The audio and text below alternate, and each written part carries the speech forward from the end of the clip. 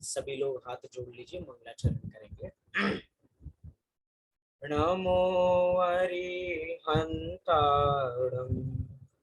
नमो सिद्धाणं, नमो आयर्याणं, नमो उवज्झायाणं, नमो लोये सव्यसाहूणम्।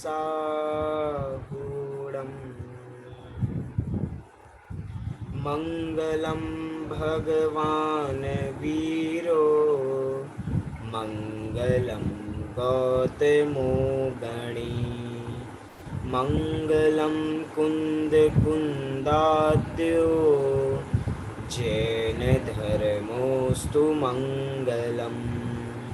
सर्वमङ्गलमाङ्गल्यं सर्वकल्याणकारकं, प्रधानं सर्वधर्माणां, जैनं जयतु शासनं, जैनं जयतु शासनम्। कविवर ध्यानत राय जी द्वारा विरचित महावीर अष्टक स्तोत्र, जिसके अंदर भगवान महावीर की विशुद्ध स्तुति की जा रही है, उनके गुणों के माध्यम से उनको याद किया जा रहा है, क्योंकि जिनके शासन काल में हम जी रहे हैं, जिनके शासन काल में हम राज्य कर रहे हैं, हमारा साम्राज्य जिनके राज्य में है, उनको याद किए बिना हम आगे बढ़ सकते नहीं। इसीलिए हम भगवान महावीर को यहाँ पर याद कर रहे हैं, इसी काव्य के माध्यम से, इसी स्तोत्र के माध्यम से, जो कि कविराज भागचंद जी द्वारा कृत है। कहाँ के निवासी हैं कविवर भागचंद जी, किसी को याद है? कल हमने उनका परिचय प्राप्त किया था। कहाँ के हैं वो रहने वाले? ईसागढ़। कहाँ के रहने वाले हैं? ईसागढ़ निवासी कविवर भागचंद जी। क्योंकि हमें बराबर ये चीजें याद रहेंगी तो हमें उनकी विशेष व्यक्तित्व के बारे में पता लगेगा। किसी व्यक्ति का परिचय दिया जाता है तो उसके क्षेत्र से दिया जाता है, उसके कार्यशैली से दिया जाता है। कार्यशैली तो हमें इस स्तोत्र के अंदर पता लगेगी ही लगेगी, साथ साथ में उनका व्यक्तित्व कैसा है उसके ऊपर भी हमें बराबर ज्ञान होना चाहिए। कल हमने यहाँ से बहुत सुंदर पहला छंद यहाँ से प्रारंभ किया था, जिसके अंदर कहा था कि जिसके अंदर सर्वज्ञता गुण को हाईलाइट करते हुए कविवर पंडित जी भागचंद जी ने ये छंद लिखा था। आइए इस छंद को हम यहाँ पर पुनः देखते हैं और इसका सामान्य अर्थ देख के अगले छंद की ओर आगे बढ़ेंगे। यदि ये चैतन्य मुकुर एव भावाश्चित चिता, समं भांति द्रव्ये वय जलिल संतोन्तरहिता, जगत साक्षी मार्ग प्रगटन परो भानुरेव यो, महावीर स्वामी नयन पथगामी भवतु न। क्या कहना चाहते हैं इस छंद में? आइए अर्थ देखते हैं। सामान्य अर्थ, जिस प्रकार सम्मुख पदार्थ दर्पण में झलकते हैं, उसी प्रकार जिनके केवल ज्ञान में समस्त जीव अजीव अनंत पदार्थ उत्पाद व द्रव्य सहित युगपद प्रतिभासित होते रहते हैं, तथा जिस प्रकार सूर्य लौकिक मार्गों को प्रकाशित करता है, उसी प्रकार मोक्ष मार्ग को प्रकाशित करने वाले जो जगत के ज्ञाता दृष्टा हैं, वे भगवान महावीर मेरे अर्थात हमारे नयन पथगामी हो, अर्थात मुझे, अर्थात हमें दर्शन दे। अर्थात जो महावीर स्वामी हैं वो मेरे नयनों में बस जाए और वो जैसी उनको जगत का स्वरूप दिखाई देता है, ऐसा ही मुझे भी जगत का स्वरूप दिखाई देने लग जाए।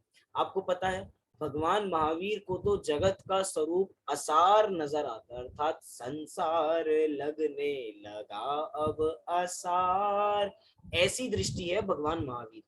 अब अगर भगवान महावीर की दृष्टि हम अपने नैनों में बसा रहे हैं तो हमें भी जगत कैसा लगना चाहिए? संसार लगने लगा अब असार। क्यों ऐसा क्यों कह रहे हैं? क्योंकि जब हम महावीर भगवान को अपने नैनों में स्थापित कर रहे हैं, तो उनके नैनों से जैसी उनको दृष्टि दिखाई देती है, ऐसी हमें भी दृष्टि ऐसी ही असार नजर आती है। तभी कह रहे हैं महावीर स्वामी नयन पथगामी भवतु न।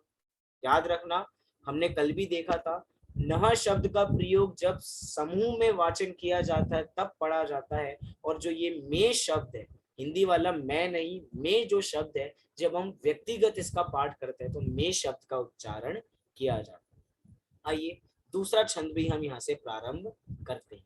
जैसे पहले छंद के अंदर भगवान की सर्वज्ञता गुण को याद किया गया था, अब इस दूसरे छंद में भगवान की वीतरागता गुण को यहाँ पर याद किया जा रहा है।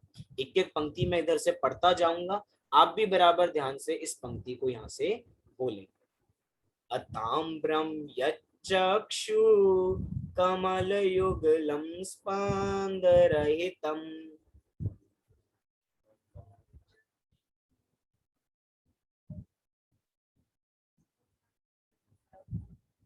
जनान को पापायम प्रगटयति वाभ्यांतरमपि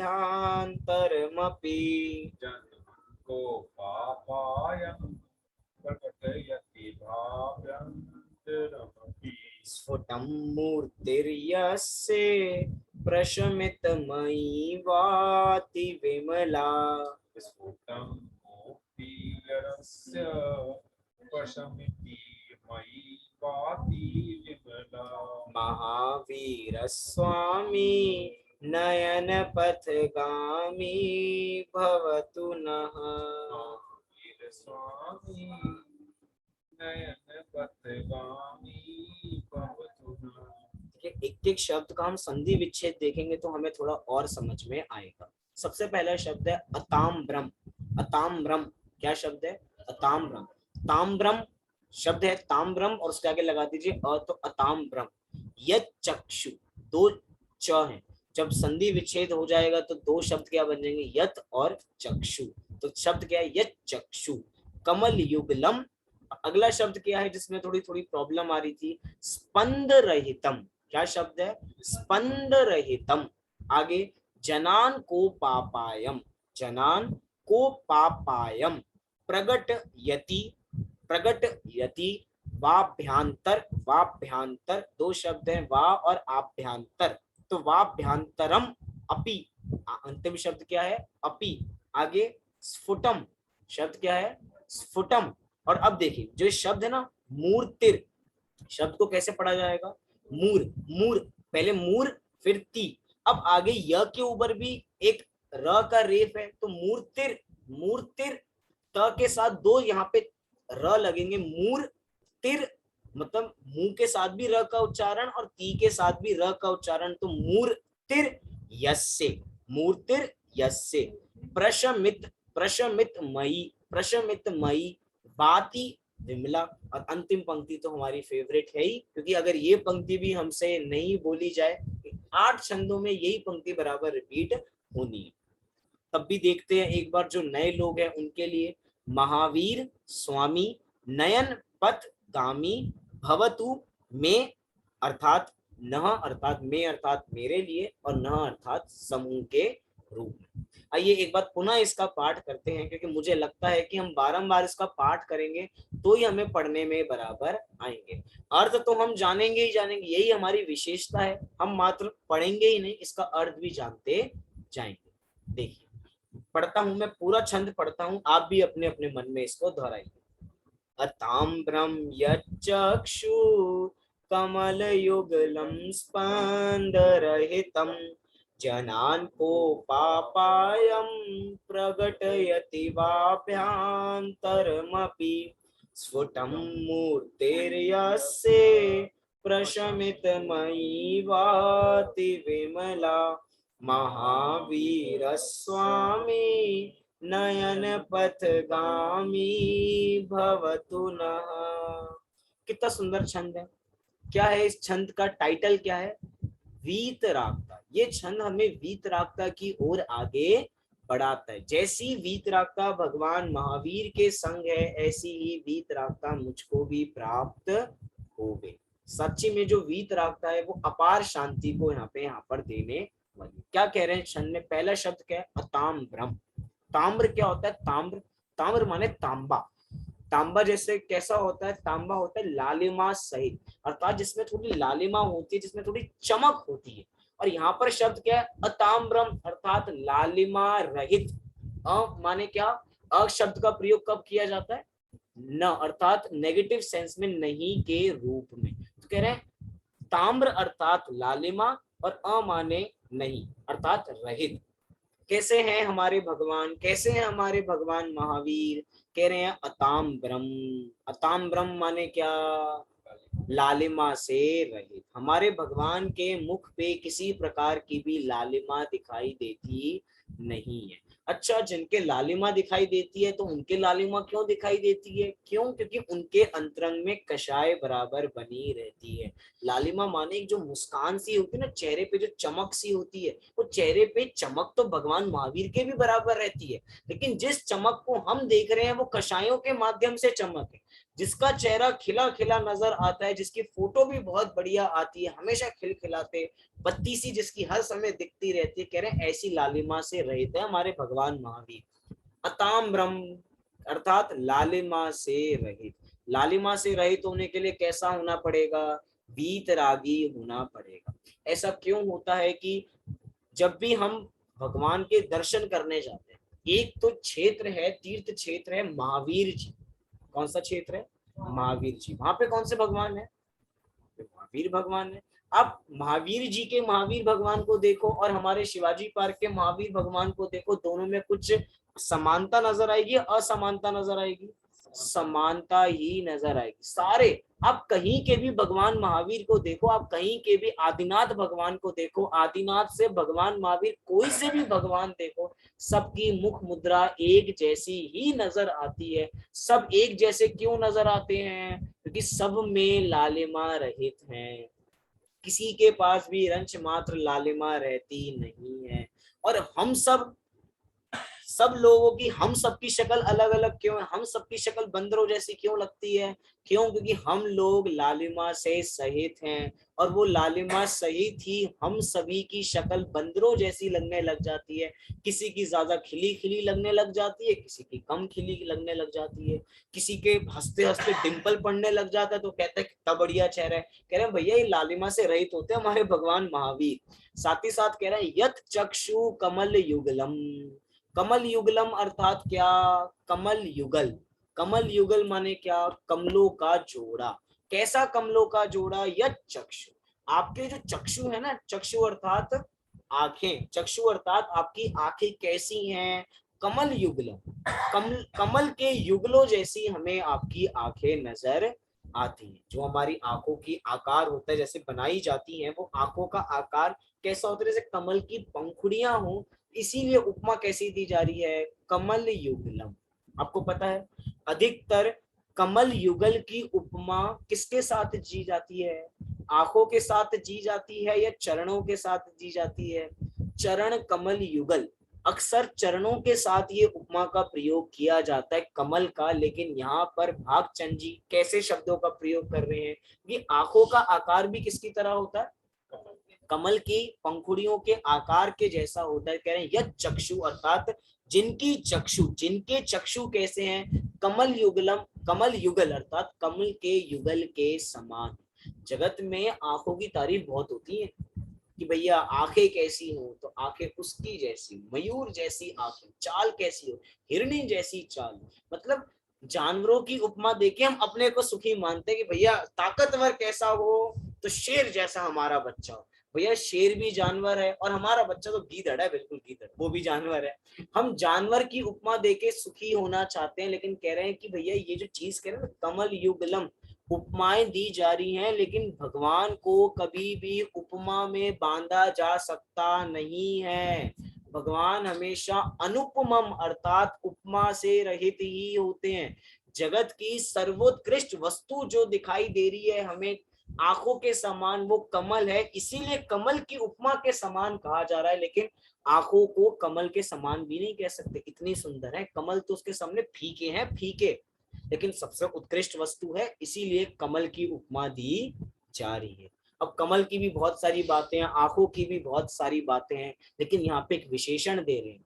कैसी है उनकी चक्षु, कैसे हैं उनकी दोनों आंखें, स्पंद रहितम, कैसी है, स्पंद रहितम। स्पंद रहितम माने हमारी जो आंखें हैं उनमें टिमकार होती है, अर्थात हमारी आंखें इसको कहते हैं ना निमेश, निमेश माने जिनकी आंखें झपकती हैं, पलके जिनकी बार बार टिमकार झमकती हैं। कह रहे हैं भैया हमारे भगवान की आंखें ऐसी नहीं है, स्पंद रहितम, अर्थात उनकी आंखें बार बार झपकती नहीं है। आपको पता है हमारी सुनते सुनते, अभी आप लोग सुन रहे हैं ना, आपकी आंखें कितनी बार झपकती हैं हमें पता ही नहीं लगता, और जितनी बार झपकती हैं उतने ही हमारे ज्ञान का आवरण बराबर बना रहता है। ये जब जब हम आंखों के जो क्या है ये पलक, पलक नहीं, हाँ ये पलक बार बार जब ये बंद होती है, जब जब ये बंद होती है तो उतनी देर हमें कोई वस्तु दिखाई देती नहीं है। ये आवरण का काम करती है, ढक्कन का काम करती है। हम रात को सोते भी हैं तो कैसे सोते हैं, इन आंखों के ढक्कन को बंद करके सोते हैं। लेकिन भगवान कैसे हैं, स्पंद रहितम, उनके दोनों चक्षु ऐसे हैं कि हर समय उनकी दृष्टि कैसी है, नासार्ग दृष्टि। क्या कहा जाता है, नासार्ग दृष्टि। नासार्ग दृष्टि माने क्या, नासार्ग दृष्टि माने अपनी आत्मा की दृष्टि, अर्थात हर समय वो अपनी आत्मा का चिंतन करते रहते हैं। ना उनकी आंखें पूरी खुली रहती हैं, ना उनकी आंखें पूरी बंद रहती हैं, मात्र अपने को देखने के लिए उनकी आंखें जैसे मध्य, आधी बंद आधी खुली। हम अपने भगवान की मूर्तियां भी देखेंगे तो वो भी ऐसी ही बनाई जाती, क्योंकि उनका स्वरूप भी बराबर ऐसा ही है। ये बहुत विशेषण है स्पंद रहितम। आपको अन्य भगवान की मूर्तियों में ऐसी ऐसी भयानक शक्लें दिखाई देंगी। कई ऐसी मूर्तियां हमें अन्य मतों में दिखाई देती है जिनकी बहुत बड़ी जीभ निकलती है, जिनकी बहुत बड़ी जीभ निकलती है, बहुत बड़ी बड़ी आंखें दिखाई जाती है, कि उनकी आंखों में भयंकर गुस्सा है। आगे आ रहा है अभी ये बातें, भयंकर गुस्सा, आगे चर्चा करते हैं फिर इसकी लंबी बात करेंगे। जनान को पापायम प्रगटयति, शब्द क्या दे रहे हैं, जनान को पापायम। जनान अर्थात क्या, जनान अर्थात मनुष्य, हम जैसे लोग। तो मनुष्यों को क्या होता है, मनुष्यों को कोप होता है। कोप माने क्या, क्रोध होता है। और क्रोध से क्या होता है, क्रोध से क्या होता है, पाप। पाप तो होता ही है, लेकिन क्रोध होने पर क्या होता है, क्रोध होने पर आंखें लाल होने लग जाती हैं, आंखों की शक्ल बदल जाती है, आंखों में एक तरीके से भयानक रूप दिखाई देने लग जाता है, आंखों में जो नसें जा रही हैं वो भयंकर लाल हो जाती हैं, ये व्यक्ति गुस्से में लाल पीला होने लग जाता है। लेकिन हमारे भगवान कैसे हैं, जनान कोप अपायम, अपायम अर्थात रहित है, अपायम अर्थात रहित। आपको शब्द दिखाई दे रहा है अपायम, हमें बराबर छंद, जब जब हम इन छंदों का पाठ करेंगे, जब उसका सामान्य अर्थ देखेंगे तो बराबर हमें एक एक शब्द ख्याल आना चाहिए कि ये शब्द के लिए क्या संस्कृत में शब्द का प्रयोग किया है, तभी हमारा यहाँ पे इस कक्षा में इन सब के एक एक शब्द को देखने की सार्थकता होगी। कहने जनान कोप अपायम, अर्थात कि जैसे मनुष्यों की जो क्रोध होता है ऐसे हमारे भगवान का क्रोध है ही नहीं, क्योंकि वो क्रोध से रहित हो गए हैं। जो क्रोध से रहित होते हैं वही तो वीतरागी होते हैं, जिनके राग नहीं पाया जाता, जिनके द्वेष नहीं पाया जाता, वही हमारे सच्चे भगवान होते हैं। हमारे साथ तो ऐसा है, कोई हमारे एक बार प्रतिकूल बोल के तो देखे, हम यहाँ पे आग बबूला होने लग जाते हैं। जितनी भट्टी गैस पे नहीं जलती होगी इतनी भट्टी इसके दिमाग में जलने लग जाती है। कई बार इतना गर्म हो जाता है कि सर के ऊपर रख के रोटी सेक लें, इतना गर्म हो रहा है, इतना भयंकर गर्म हो रहा है, कह रहे क्रोध है। लेकिन हमारे भगवान की आंखों में किसी प्रकार का क्रोध नजर आता नहीं है। वो सबको कैसा जानते हैं, सबको समान जानते हैं। कहाँ कहा था कि सबको समान जानते हैं, किसी को याद आ रहा है, समम भांति, पिछला छंद को याद कीजिए, सारी बातें एक दूसरे से इंटरलिंक्ड है। देखिए दूसरी पंक्ति में ही कहा था, समम भांति द्रव्य व जली लसंतोंत रहता, हमारे भगवान सबको समान जानते हैं। सबको समान जानते हैं तो किसी प्रकार का क्रोध नहीं है। अब हमें क्रोध क्यों, क्योंकि हम सबको समान नहीं जानते। हम जो हमारे घर में काम करने वाले, हम उनको उनसे अपने से छोटा समझते हैं और वो बराबर काम नहीं करते हैं। तुझे कहा था ना ये काम नहीं करना, उसके बाद चिल्लाना चालू कर देते हैं। वो काम करे या ना करे, लेकिन व्यर्थ में हमारी आंखें लाल होने लग जाती हैं। ये आंखें लाल होना तो लक्षण है मात्र, लेकिन अंतरंग में हो सकता है आंखें ना लाल हो, लेकिन क्रोध की अग्नि में ये जीव चलता रहता है। कह रहे प्रगटयति, कह रहे ऐसे ही हमारे भगवान, क्रोध उनके अंदर अपायम अर्थात रहित हैं और ऐसे ही वो प्रकट होते हैं। कैसे प्रकट होते हैं? कह रहे दो रूपों से, वा और आभ्यंतर अपि। वा अर्थात बाह्य, बाह्य अर्थात बाहर में, अभ्यंतरम अपि अर्थात अंदर भी, अर्थात बाह्य में भी और अंतरंग में भी वो कैसे हैं? क्रोध से रहित ही है। बाहर में उनकी आंखें लाल नहीं होती हैं और अंतरंग में कषायों से वो लाल नहीं होते हैं। मतलब किसी प्रकार उनके अंदर अंतरंग और बाहर उनका बिल्कुल पवित्र है। कहा जाता है ना कि भैया हमें अपना अंतरंग सुधारना है। जिसका अंतरंग सुधर गया उसका बहिरंग तो सुधर ही जाएगा। लेकिन जो मात्र बाहर बाहर में काम कर रहा है, जो बाहर बाहर बाहर तो खूब पॉलिश कर रहा है लेकिन अंदर की चीज की केयर नहीं कर रहा, कह रहे हैं भैया बाहर से चमक नजर आ रही है लेकिन अभ्यंतर अर्थात अंतरंग में जाके देखो।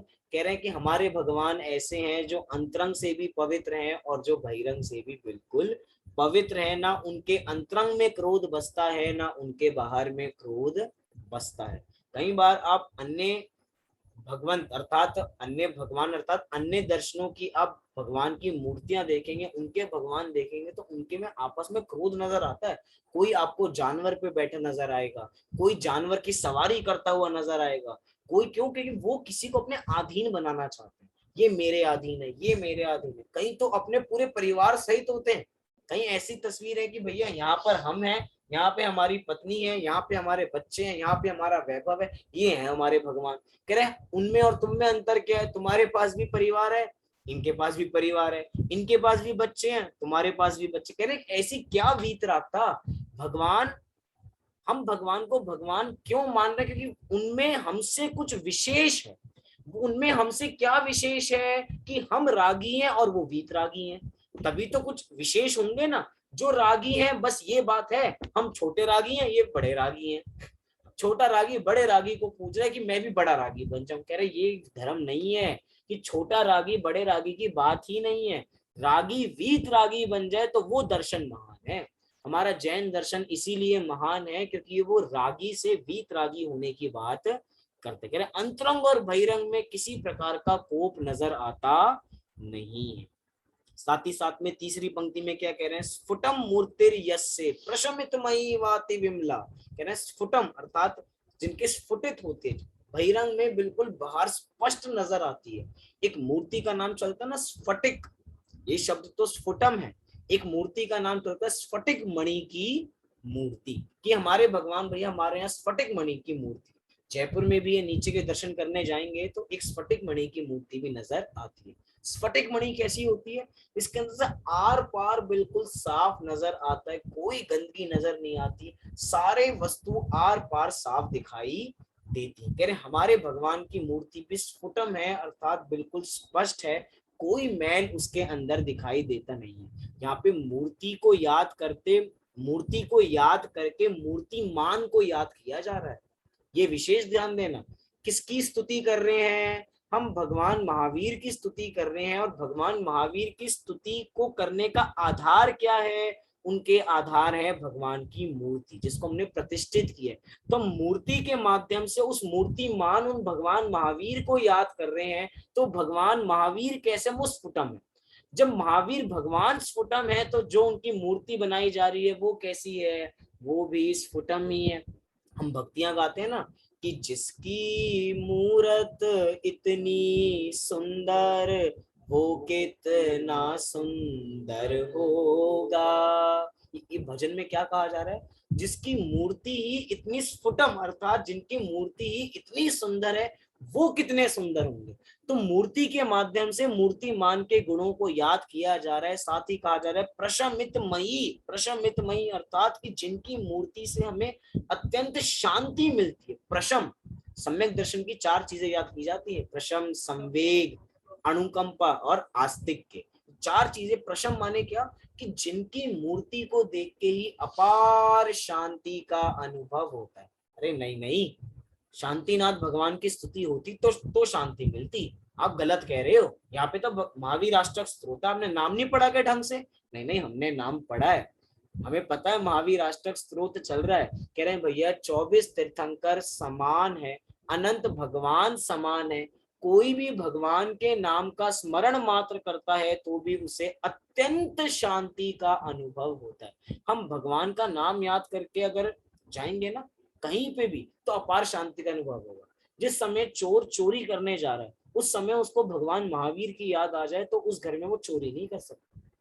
क्यों? क्योंकि उनके नाम में ही इतनी शांति का अनुभव होता है। कह रहे प्रशमितमयी, साथ ही कह रहे हैं वाति विमला, अर्थात अति विमला। वा इधर अर्थ क्या है? अथवा, अथवा के रूप में कह रहे हैं और। कह रहे कैसे हैं? अति विमला अर्थात अति निर्मल है, अति विमल है। विमल, विमल अर्थात मल से रहित हैं, किसी प्रकार का उनके अंतरंग में कोई मल नजर आता नहीं। कह रहे अत्यंत विमल है। और अंतिम पंक्ति में कह रहे हैं ऐसे भगवान महावीर स्वामी को मैं, अर्थात मेरे ऐसे भगवान महावीर स्वामी को मैं नयन पथगामी, मैं अपने नयनों रूपी पथ में उनको स्थापित करता हूं और वही मेरे नयन पथगामी बने और उन्हीं को मेरा बारंबार नमस्कार हो।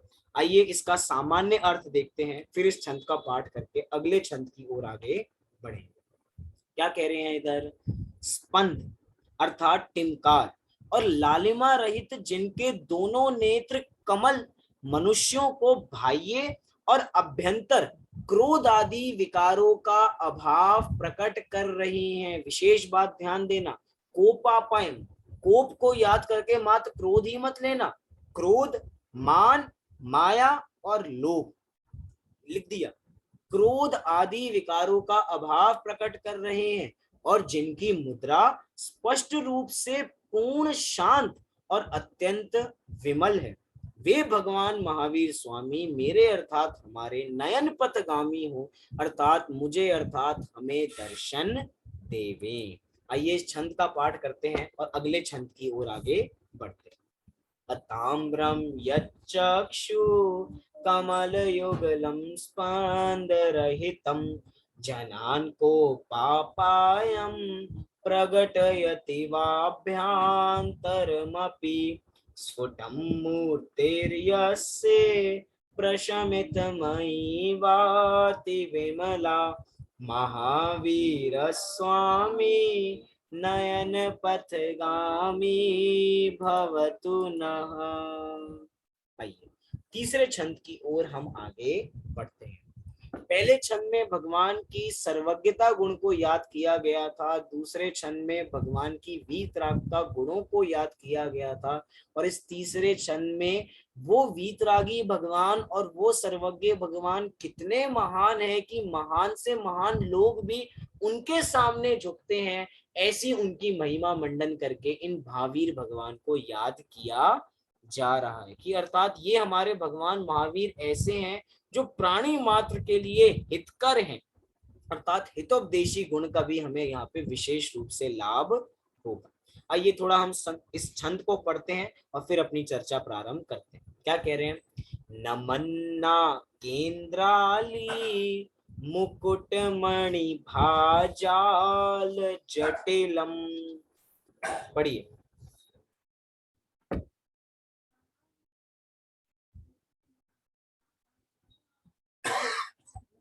लसत्पादाम्बोज द्वयमिय यदीयं तनुमृताम्।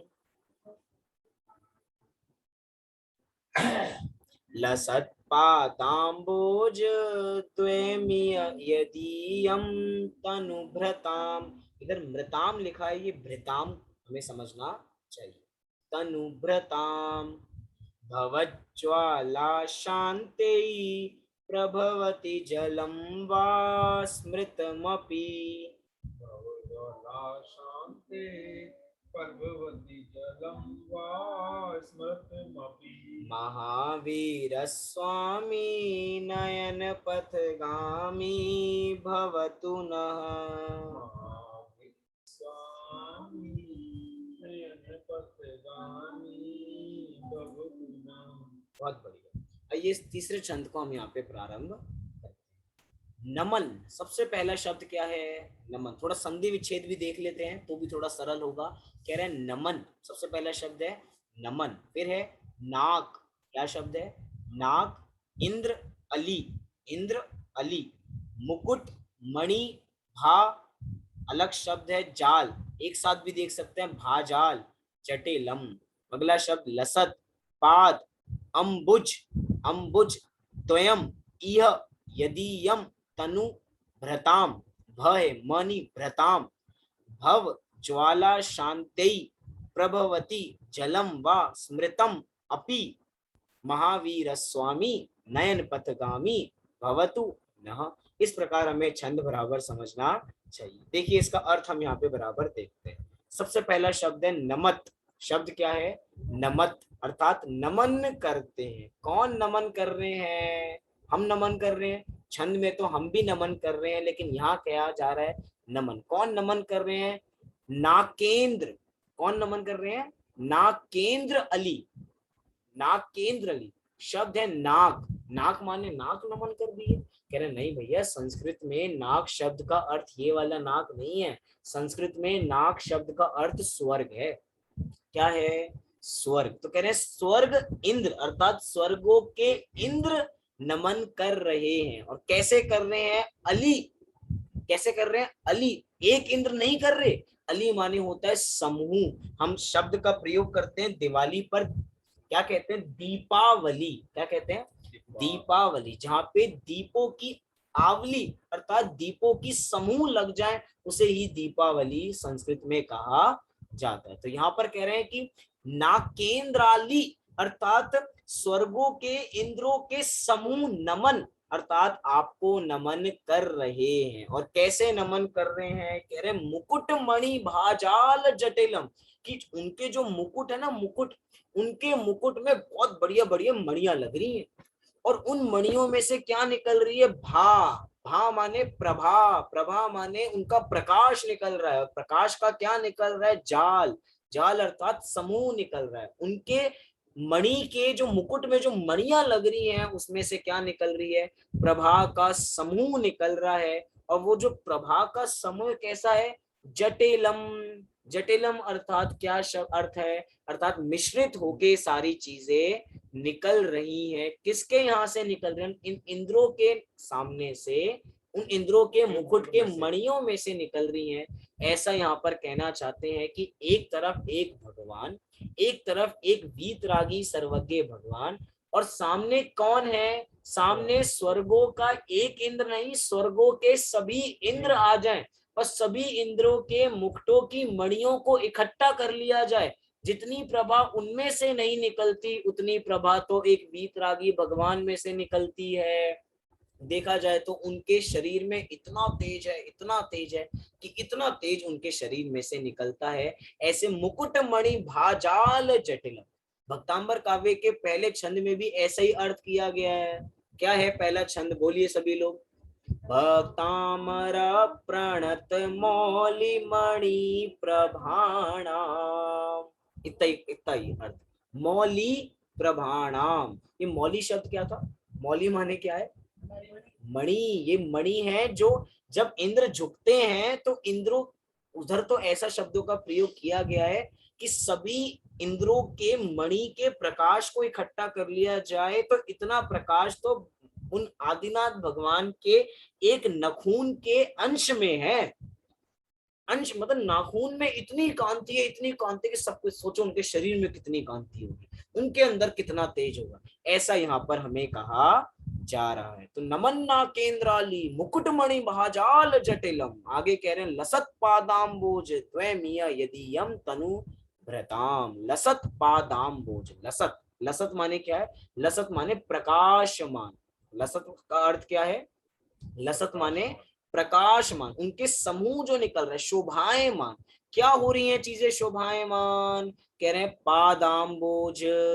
और कितने हैं पादाम्बोज? द्वे, अर्थात पद, पाद अर्थात पैर, अर्थात उनके चरण, और चरण रूपी अंबुज अर्थात कमल। और कमल, वो चरण कितने हैं? दो, अर्थात वो द्वे कमल रूपी चरण। कभी भी ऐसा देखो, ऊपर आंखों को कमल की उपमा देकर आए थे, और उधर किस शब्द का प्रयोग किया था? कमल युगलम। उधर कमल मतलब हमारे जो कविवर हैं उनका साहित्य ही इतना बड़ा है कि उनको इतने पर्यायवाची याद है कि वो कैसे भी शब्दों का प्रयोग बराबर कर लेते हैं। देखिए अगर समय पूरा होगा तो सभी इसी लिंक से दोबारा जुड़ जाएंगे, वैसे कोशिश करेंगे कि अपनी चर्चा पूरी यहाँ पर हो जाए। देखिए क्या कह रहे हैं, पादाम्बोज द्वयम, द्वयम अर्थात दो, और पाद रूपी कमल। जब भी हम अपने दोनों पैरों को कभी जोड़ेंगे, कभी नोटिस करना, जब हम पैरों को जोड़ते हैं तो क्या होता है कि अंगूठे से लेकर उंगलियों तक एक ऐसा आकार बनता है जिसमें ऐसा सा वेव आता है। और जब बच्चे अपनी कॉपी पे कमल बनाते हैं, वो भी कैसे बनाते हैं, एक गोल बनाते हैं, उसके बाद ऐसे ऐसे उसको करते हैं। तो ऐसे हमारे जब चरण मिल जाते हैं, चरण युगल, एक नहीं, जब चरण मिल जाते हैं तो हमें कमल के आकार जैसे लगने लग जाते हैं। और कह रहे हैं यह अर्थात यह यदि यम अर्थात क्या कहना चाह रहे हैं कि यहाँ जिनके तनुभृताम अर्थात तनु अर्थात शरीर, भृताम अर्थात शरीरधारियों के भवज्वाला शांति, क्या कह रहे हैं, भवज्वाला शांति, भव रूपी ज्वाला शांति प्रभवती,